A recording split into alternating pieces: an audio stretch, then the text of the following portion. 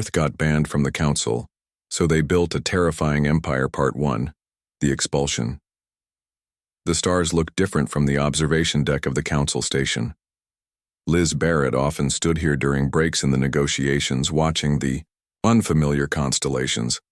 After 2 years aboard this massive alien structure, she still couldn't get used to seeing the Milky Way from the outside. "Ambassador Barrett, they're ready for us," said her aide, Steve Miller. Liz nodded, straightening her formal diplomatic uniform. "How's the mood in there?" Steve's expression was grim. "Not good. The arbitrators arrived an hour ago." That was bad news.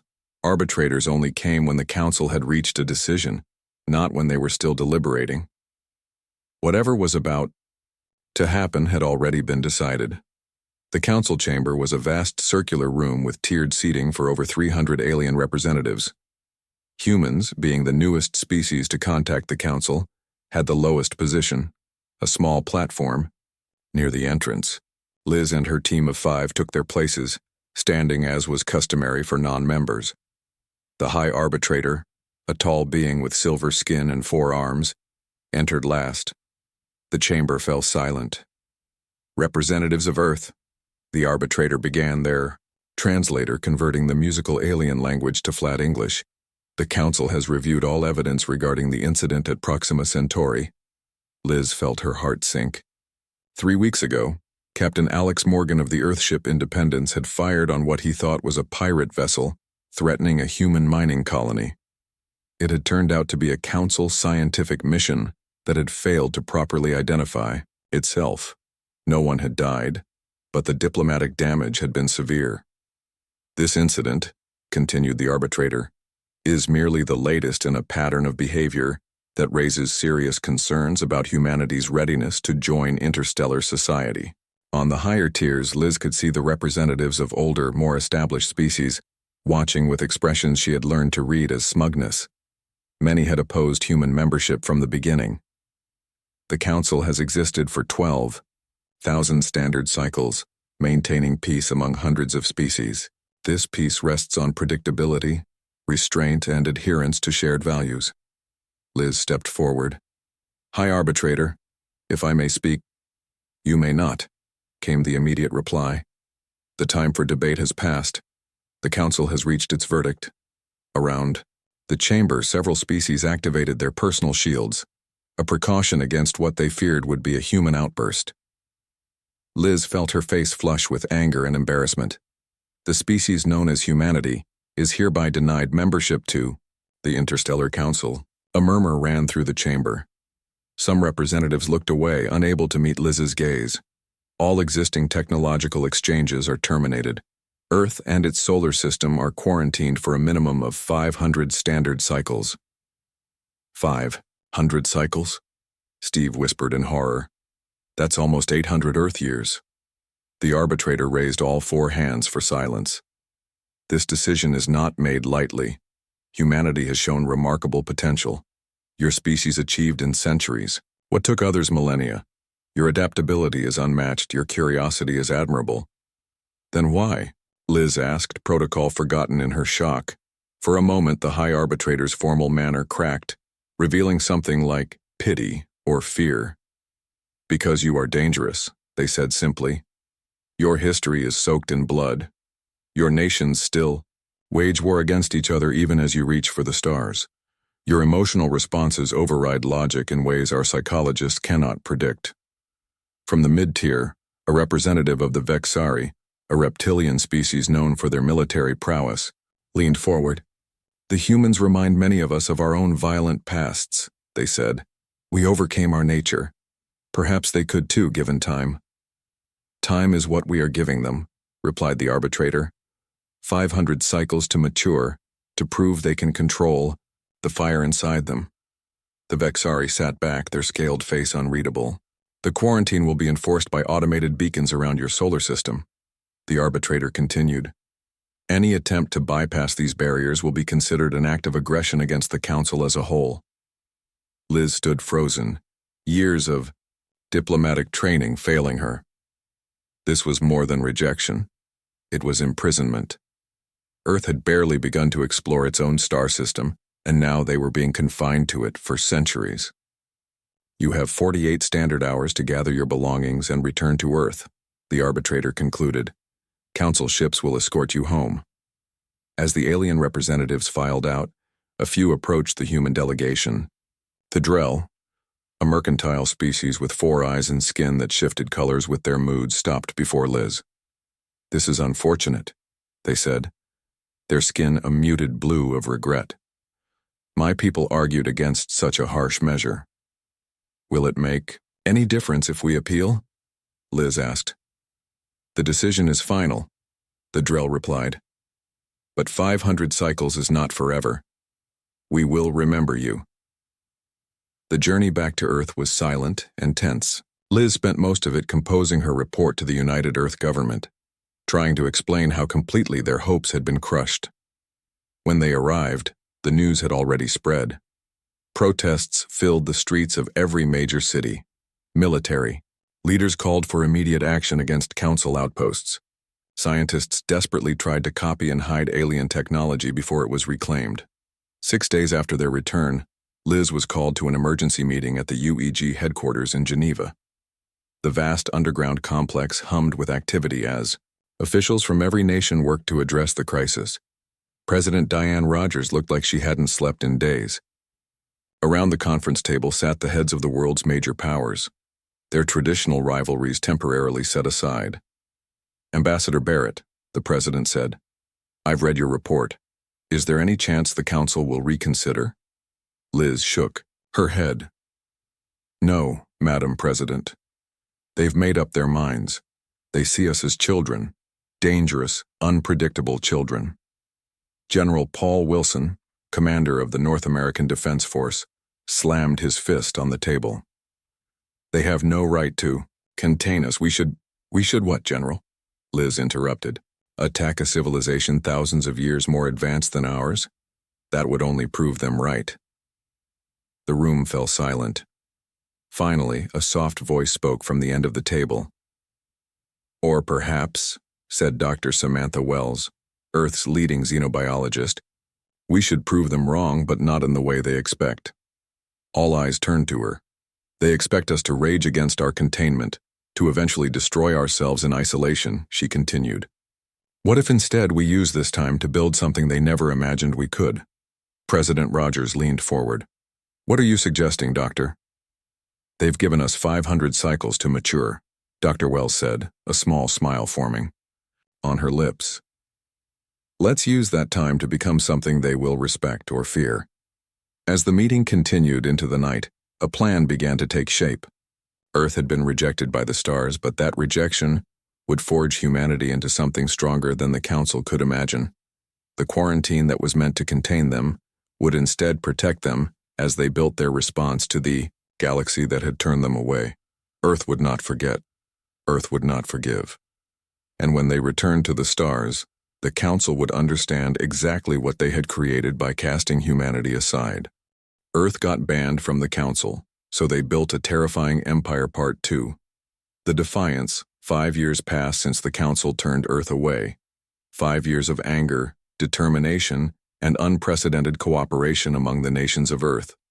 The United Earth Government, once a weak alliance that handled only the most basic space policies, had grown into something stronger. Dr. Samantha Wells stood at the window of her underground lab, looking at the steel and concrete walls that kept the Pacific Ocean from crushing them. The Mariana Deep facility had been built in secret, 3 miles below the ocean surface, safe from prying eyes, even those in orbit. "How's the test coming?" she asked, turning to her team. Alan Wright, her chief engineer, looked up from his console, with bloodshot eyes and a wide smile. "We did it, Sam. The particle field is stable. We've got a working prototype." Samantha walked closer to the sealed chamber in the center of the lab. Inside, a sphere of blue light pulsed gently. It was small, barely the size of a tennis ball, but it represented years of work. "The Council ships used this technology for their engines, right?" asked Maria Ortiz, their newest physicist. "Similar," Samantha replied. "But they didn't push it like we have. They've had gravity manipulation for thousands of years, but they treat it with too much caution. Caution seems smart when you're bending space-time, Maria said with a nervous laugh. Alan crossed his arms. Caution is what kept them from seeing what's possible. Their technology was elegant but limited. Ours is dangerous, Samantha finished for him, but effective. The intercom buzzed. Dr. Wells, the General's shuttle is docked. He'll be here in 5 minutes. Samantha nodded to her team. Let's show him what Earth can do when pushed into a corner. General William Carter was a tall man with a permanent frown etched into his face.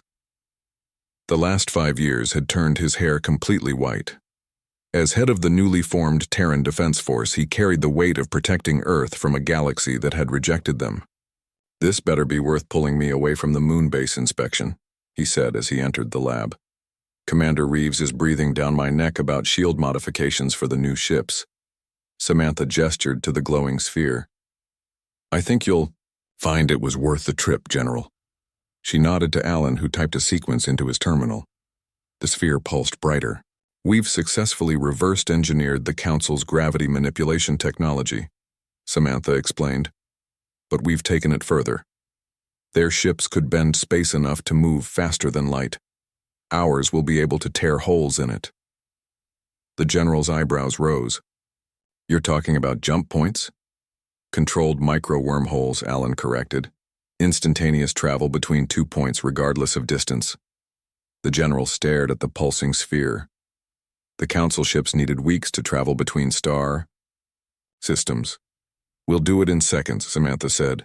We've had to throw out most of their safety protocols, but the math works. We can create stable jump points large enough for a ship.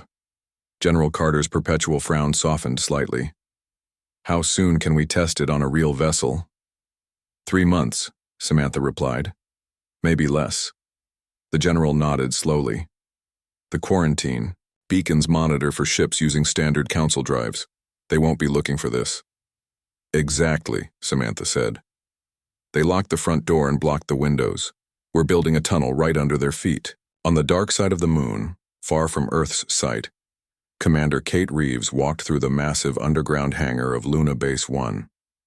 Around her, 5 warships took shape under the hands of thousands of workers. Unlike the sleek, elegant vessels of the Council races, these ships were angular and dark. Where alien ships displayed their technology proudly, these hid their capabilities beneath layers of armor and stealth materials. The shield generators on the Defiance are installed, reported her second-in-command, Commander John Lewis. We're ready to begin testing. Kate nodded, looking up at the massive vessel. And the weapons? The kinetic drivers are operational. Missile systems at 80%, the energy weapons. John hesitated. We're still having power distribution issues with the main cannon. Kate frowned. Fix it. When we leave this solar system, I want teeth. The ship already has more firepower than anything the Council races field, John reminded her. That we know of, Kate corrected. Remember, they showed us only what they wanted us to see. Who knows what their military vessels carry? As they walked toward the base command center, Kate's communicator chimed. It was a priority message from Earth.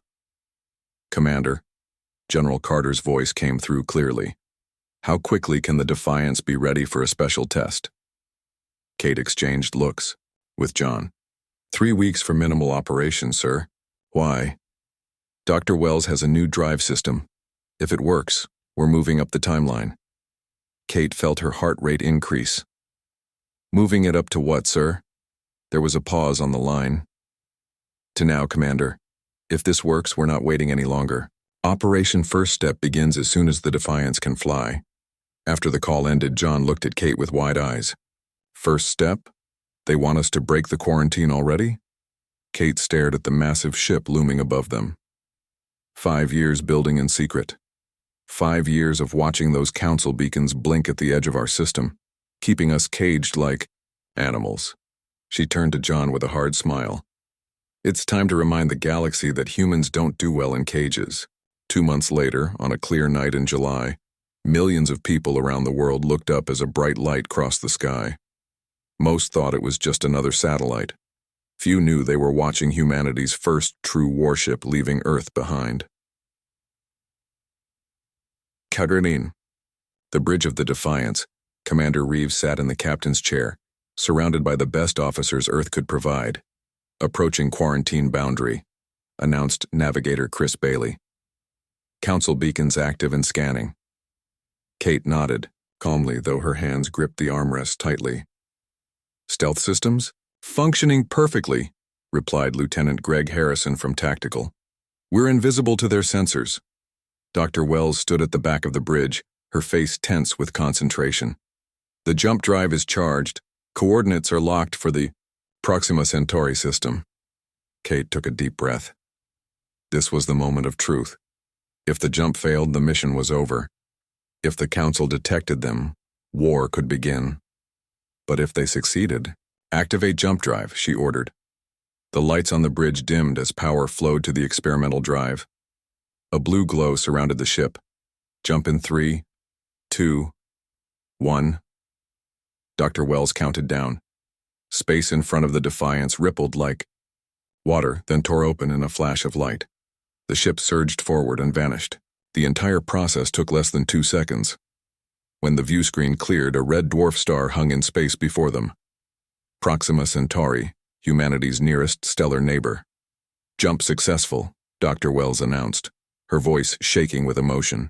Position confirmed, we're 4 light-years from Earth. A cheer erupted on the bridge. Kate allowed herself a small smile before raising her hand for silence. This isn't a victory yet, she reminded them. It's just the beginning. Navigator set course for the mining colony. Tactical maintain stealth protocols. Communications, send the coded burst to Earth. Operation First Step successful. As the Defiance moved toward the small human outpost that had been the site of the fateful incident years ago, Kate looked at the stars on the view screen. They seemed brighter here, away from the quarantine that had been meant to hold humanity in check. The Council had expected Earth to remain isolated and contained for centuries. Instead, barely 5 years later, humans were already slipping between the stars, moving unseen through the galaxy. The real work was just beginning. Earth got banned from the Council, so they built a terrifying empire Part 3. The silent expansion. 21 years had passed since Earth's expulsion from the Council. 21 years of careful, silent growth among the stars. What had begun with a single ship sneaking past the quarantine had grown into something the Council races could never have imagined. Jack Foster stood on a balcony, carved into the side of a massive canyon, watching the sunset on New Horizon. The orange light painted the settlement below in warm colors, making the metal and stone buildings glow. 5 years ago, this world had been untouched rock. Now, 30,000 humans called it home. "Governor, the weekly report is ready," said his assistant Megan Clark, joining him on the balcony. Jack nodded, still looking at the growing city. "How are the new defense systems?" "The underground shelters can now hold everyone. The shield generators are at full capacity. The orbital platforms are disguised and operational. And the ships?" Megan handed him a tablet. "The shipyards completed 3 more Defiant-class vessels last week. They're being fitted with the latest jump drives now." Jack finally turned to face her. At 45, he was among the oldest of the colony leaders. Most were younger, born after the quarantine began, raised on stories of the Council's rejection and humanity's determination to prove them wrong. "Any word from the other colonies?" he asked. "All 17 are growing according to plan," Megan replied. "The mining operations on Delta 5 have found more Element 0 than expected.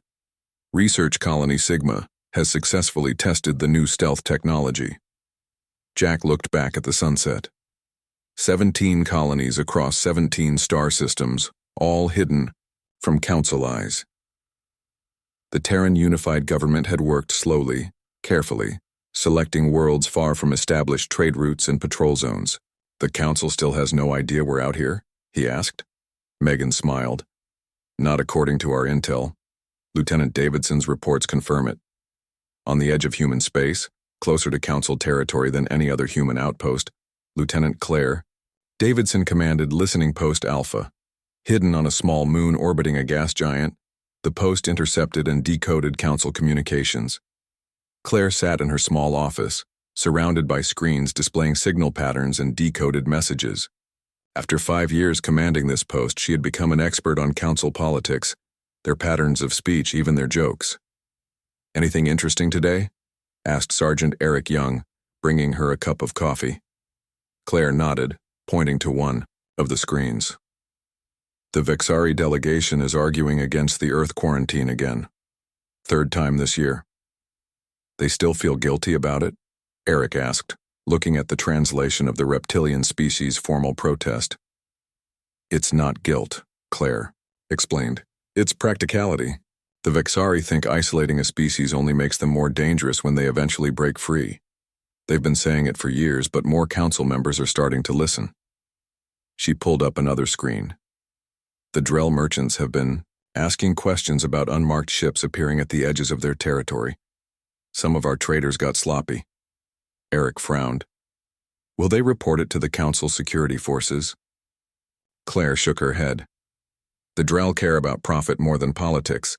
They're curious about these mystery traders with unusual goods. They want to establish contact, not report them." She swiveled to face a larger screen showing a star map. Small blue dots marked confirmed human colonies. Yellow dots showed potential expansion sites. Red dots indicated council worlds and outposts. "The galaxy is bigger than they realize," Claire said softly. "They think they know every inhabited world, every spacefaring race. Their arrogance makes our expansion possible." A signal alert chimed. Claire turned back to her console and pulled up the new transmission. "It's from Terra Command," she said, quickly decoding the message. "Operation Alliance is moving forward. We're authorized to make contact with the Vexari." Eric's eyes widened. "Direct contact? After all these years of hiding?" Claire nodded, feeling a mix of excitement and apprehension. "The reports I've been sending back must have convinced Command that the Vexari could be allies. They've consistently opposed our quarantine, and they respect strength." She looked at the decoded message. "Again, I'm to arrange a meeting between a Terran representative and the Vexari military commander in this sector." "This changes everything," Eric said. "If we have allies within the council," Claire nodded, "then we're no longer just building in the shadows. We're becoming a power they'll have to recognize." On Earth, in the mountain headquarters of the Terran Unified Government, Admiral Peter Simmons studied the holographic display of human territory. What had once been a single dot representing Earth had grown into a network of colonies stretching across a significant portion of the galactic arm. "The Vexari meeting is set," reported his aide, Commander Susan Ford. "Lieutenant Davidson has arranged it for next month at a neutral location." Admiral Simmons nodded. At 68, he was one of the few military leaders who remembered the original rejection by the Council.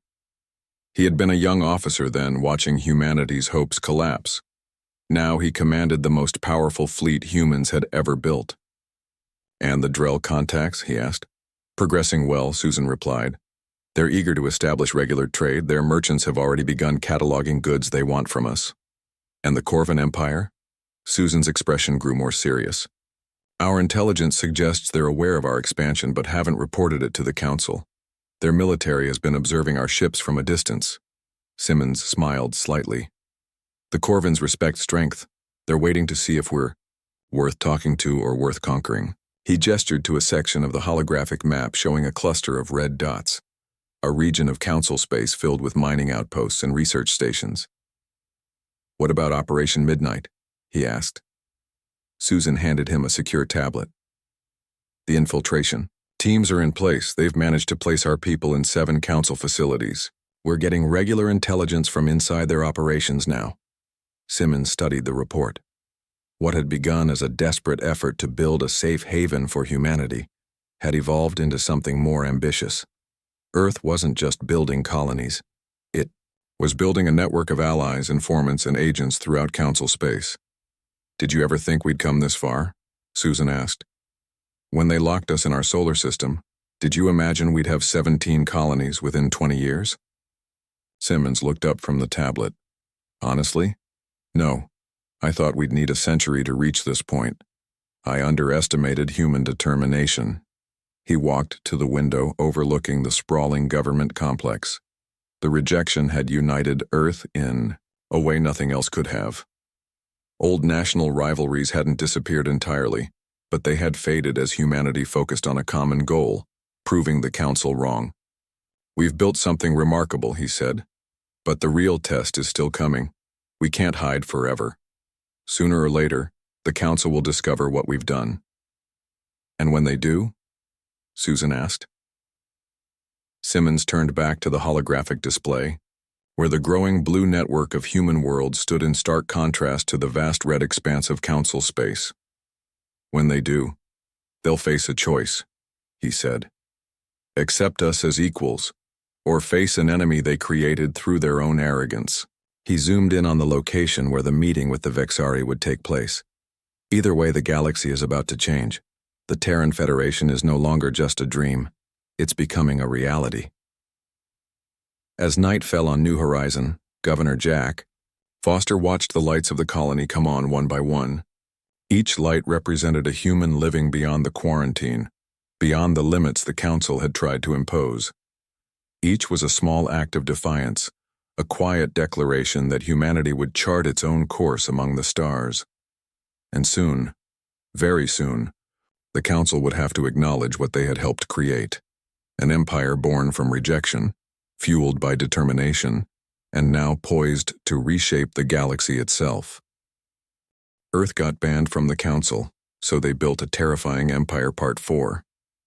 The revelation in the 36th year after Earth's expulsion, the Council could no longer ignore the rumors. Stories spread through trading outposts and space stations about unknown ships with advanced technology. Tales of mysterious colonies appearing on worlds thought uninhabitable. Strange transmissions that even the best Council codebreakers couldn't decipher. The High Council chamber on Nexus Prime hadn't changed much in the decades since Ambassador Barrett stood there to hear Earth's sentence. The same tiered seats rose, in a circle filled with representatives of 300 species. But today, a new tension filled the air. "These reports can no longer be dismissed as mere stories," said Councillor Varick, the current Vexari representative. "Unknown ships have been seen in the outer sectors. Unregistered colonies have been detected on worlds we thought uninhabitable." The High Arbitrator, different from the one who had expelled Earth but wearing the same silver robes, raised a hand for silence. "What evidence connects these sightings to Earth?" "Their quarantine beacons remain in place. No ships have been detected." Leaving their system, a new figure stepped forward, taller than most Council members with dark blue skin and 6 eyes arranged in a circle around its head. Senior Investigator Zix Val belonged to the Arachnid Collective, one of the Council's founding races. "The High Council has assigned me to investigate these reports," Zix Val stated, his translator converting his clicking language to standard speech. "I have spent 6 months following the trail of these mysterious sightings." Images appeared in the air above the chamber floor, blurry recordings of sleek dark ships, scans of energy signatures, maps showing appearances of unknown vessels. "The evidence suggests these ships use a form of faster-than-light travel unknown. To the Council," Zix Val continued, "they appear and disappear without using standard hyperspace channels. Their hulls absorb scanning beams rather than reflecting them." The chamber erupted in overlapping translations and exclamations. The arbitrator raised all 4 hands for silence. "What conclusion have you reached, investigator?" the arbitrator asked. Zix Val's 6 eyes blinked in sequence. "I believe Earth has not only broken their quarantine, but has expanded to at least 24 star systems." The chamber exploded again. The oldest Council members looked at each other in alarm. The quarantine had been meant to contain humans for centuries, allowing them time to mature while protecting the galaxy from their unpredictable nature. If humans had escaped? "How is this possible?" demanded the representative of the Kalari, a crystalline species known for their technological skills. "The quarantine beacons would have detected any ship leaving their system." "Unless," Zix Val replied, "they developed technology specifically designed to bypass our detection methods." The Vexari representative stood. "I have argued for years. That isolation would only force humans to become more resourceful. We should have guided them, not abandoned them. Theoretical debates are pointless now, Zixval stated. I request permission to take a small fleet to investigate directly. The arbitrator considered the request. Granted, but this is a fact-finding mission only. No hostile actions are authorized. 3 weeks later, Admiral Peter Simmons stood on the bridge of the TDF Relentless, the largest and most advanced vessel in the Terran fleet. At 89, his hair was completely white, his face lined with age, but his eyes remained sharp and clear. Council vessel approaching, Admiral, reported Communications Officer Linda Martinez. They're hailing us. Simmons nodded. This moment had been inevitable. For decades, humanity had expanded carefully, building strength and forging quiet alliances. But secrecy couldn't last forever. The time had come to reveal what Earth had become. On screen, he ordered, straightening his uniform. The alien face that appeared belonged to a species humans had never directly encountered before, one of the Council's founding races. 6 eyes arranged in a circle stared out from a dark blue face. This is Senior Investigator Zixval of the Interstellar Council, the translator rendered in English. Your presence in this sector violates Council law. Admiral Simmons smiled slightly. This sector isn't Council territory, Investigator, and we don't recognize Council law. Not since you decided we weren't worthy of it. The alien's eyes blinked in what might have been surprise. You are human. I am, Simmons confirmed. Admiral Peter Simmons of the Terran Defense Fleet. Impossible. Earth is under quarantine. A quarantine we bypassed 35 years ago, Simmons replied calmly. Your council underestimated human ingenuity, Investigator. A common mistake I've found. The alien was silent for a moment, processing this information. Our scans detect 17 vessels in your formation, all armed. A standard patrol group, Simmons said. One of 12 such groups we maintain across Terran space. Terran space? Simmons nodded to his tactical officer, who sent a data packet to the Council vessel.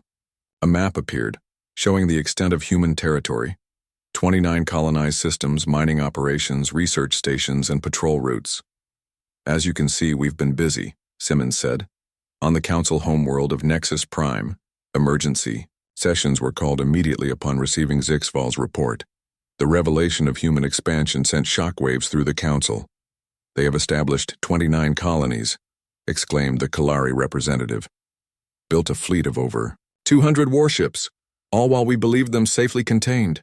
Their technology has advanced beyond our projections, noted the science advisor.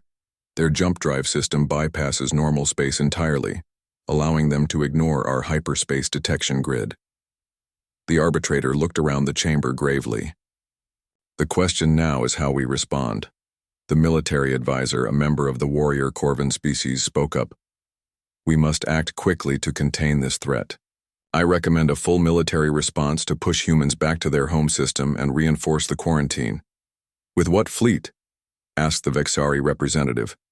Our long peace has left us with a defense force, not a war machine. The humans have been building for war since their expulsion. We expelled them because they were dangerous, said another counselor. Now they have proven us right. The Vexari stood tall.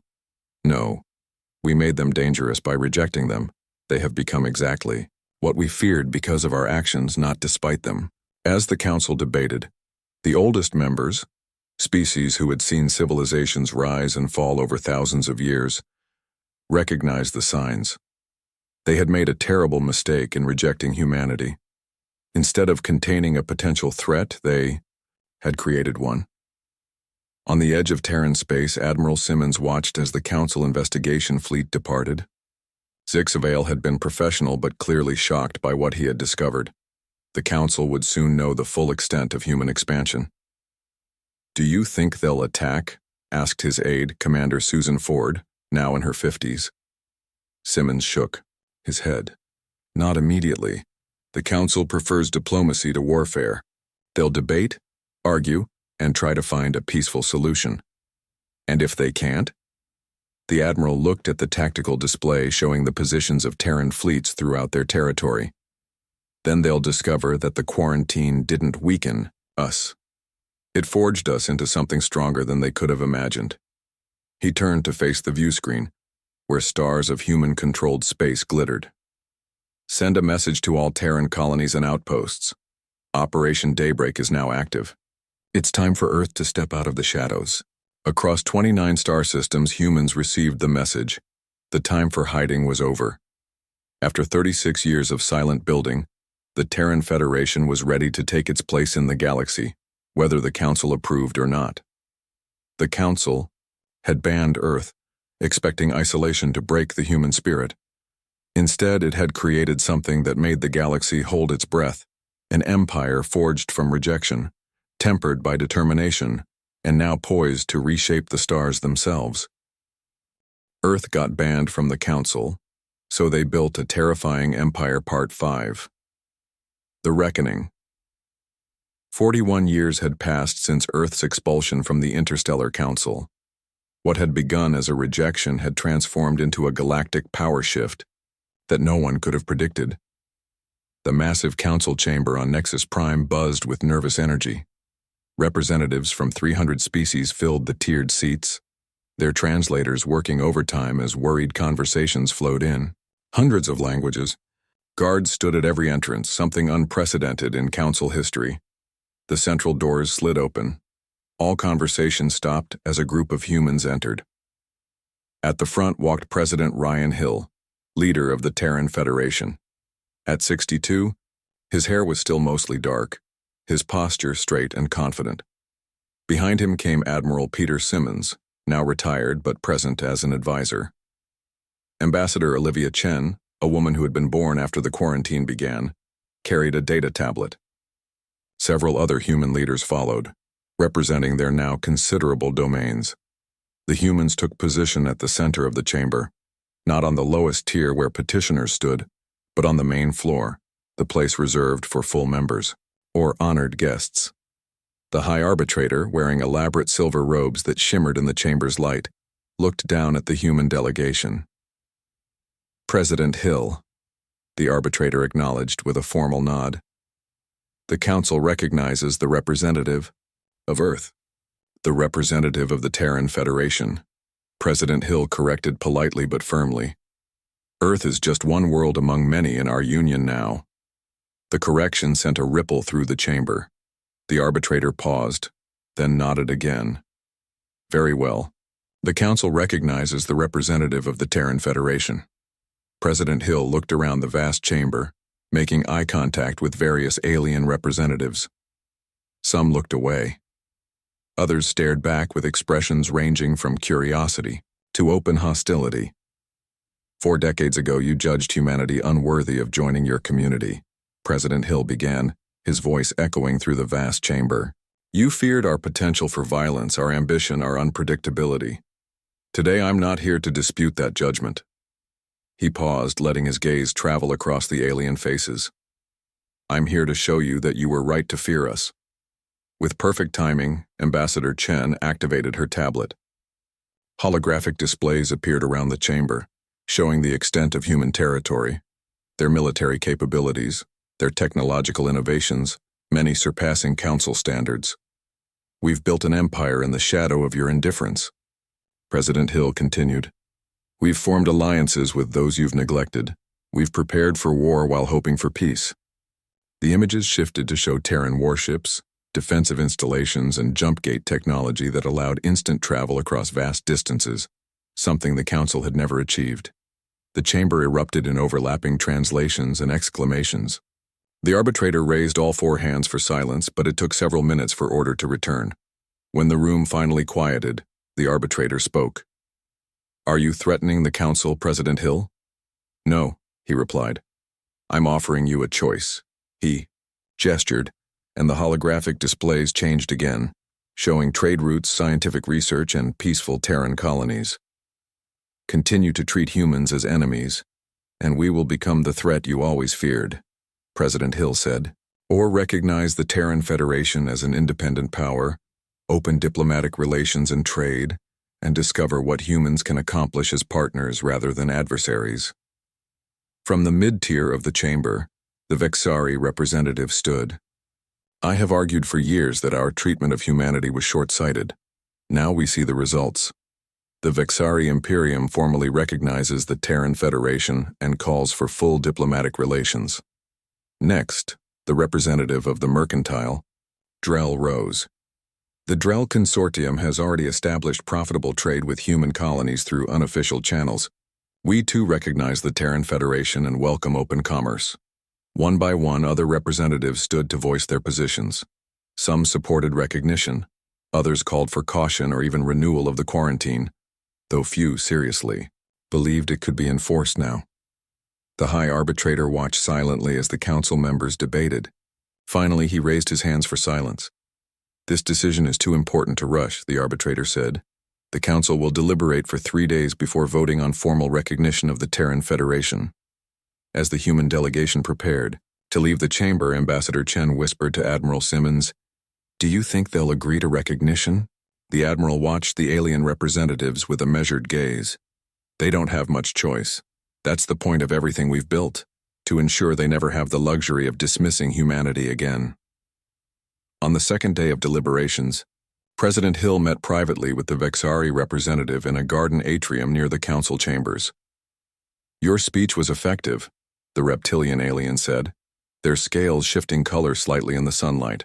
But some council members fear you plan to take revenge for Earth's expulsion. President Hill looked out at the carefully maintained alien plants. Revenge isn't our goal. Security is. For 4 decades, we've lived with the knowledge that a council of alien species could decide our fate without our input. We never want to be that vulnerable again. The Vexari nodded. A sentiment my people understand well. Before joining the council, we faced similar treatment from the older races. What changed? Hill asked. We proved ourselves too valuable to ignore and too dangerous to dismiss, the Vexari replied, as your people have done. On the third day, every seat in the council chamber was filled. The human delegation took their place on the central floor. The High Arbitrator stood at the highest tier, all 4 hands raised for attention. The council has deliberated, the arbitrator announced.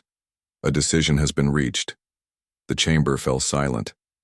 The Terran Federation will be recognized as an independent power in the galaxy. With all rights to territory it has lawfully settled. A murmur ran through the room, but the arbitrator continued. Trade and diplomatic relations are authorized between council races and the Federation. A permanent Terran embassy will be established on Nexus Prime. And, the arbitrator paused, the council formally acknowledges that the quarantine of Earth was a decision that, while made with good intentions, had unforeseen consequences. It wasn't quite an apology, but it was more than many had expected. President Hill stepped forward. The Terran Federation accepts the council's recognition. We look forward to a new era of cooperation. As the formal proceedings continued, Admiral Simmons leaned toward Ambassador Chen. 41 years, he said quietly, from rejected petitioners to recognized power. Was it worth the wait? She asked. The old admiral watched as council representatives approached President Hill, eager to establish personal connections with this new power. I think history will say it was. Sometimes rejection is just the beginning of a greater story. That evening, as the human delegation prepared to return to Terran space, President Hill stood at the viewport of their ship, looking down at Nexus Prime. The council had expected humans to remain quietly contained within their solar system for centuries. Instead, humanity had built something that made the galaxy hold its breath. Send a message to all Federation worlds, Hill told his communications officer. The council has formally recognized the Terran Federation. Operation Daybreak is complete. A new chapter begins. Across 29 star systems, humans and their allies received the news. What had begun with Earth's rejection had culminated in the birth of a new galactic power, an empire built from defiance, shaped by determination, and now poised to take its rightful place among the stars. The galaxy would never be the same again. And somewhere on Earth, in a museum displaying artifacts from first contact, visitors could read the words that had started it all. The species known as humanity, is hereby denied membership to the Interstellar Council. Those words, meant to limit humanity, had instead unleashed it, and the universe would forever remember the empire that rose because Earth got banned from the Council.